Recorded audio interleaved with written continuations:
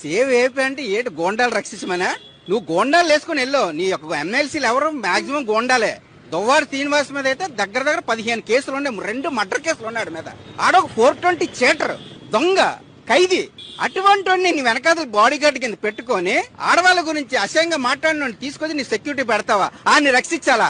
ఆయన రక్షిస్తే ఏపీని రక్షించినట్ట. నీ పక్కన పెద్దిరెడ్డి రామచంద్రరెడ్డి ఎక్కడ ఉన్నాడంటే? పెద్దిరెడ్డి రామచంద్రరెడ్డి ప్రభుత్వ స్థలాన్ని దోచిన దొంగ. అలాగే అనంతబాబు ఉన్నాడు, ఒక దళితుడిని చంపేసి డోర్ డెలివరీ చేశారు, ఆడిని వెనకాతలు ఉన్నాడు. శిరోమణి కేసులో ఉన్న వ్యక్తిని తీసుకొచ్చి నీ పక్కన పెట్టుకున్నావు. ఇటువంటి దొంగలకి గోండాలను వెనకాల తీసుకొని పెట్టుకొని ఆంధ్రప్రదేశ్ సేవ్ చేయండి. ఆ టైటిల్ కే అర్థం ఉంది. అసలు నువ్వే దొంగవే. బేసికల్ జగనే దొంగడు, ఆడు వెనకాల ఉన్న వాళ్ళందరూ దొంగలు. ఇటువంటి దొంగలందరూ కలిసి రాష్ట్రాన్ని దోచుకున్నారు ఇంతవరకు.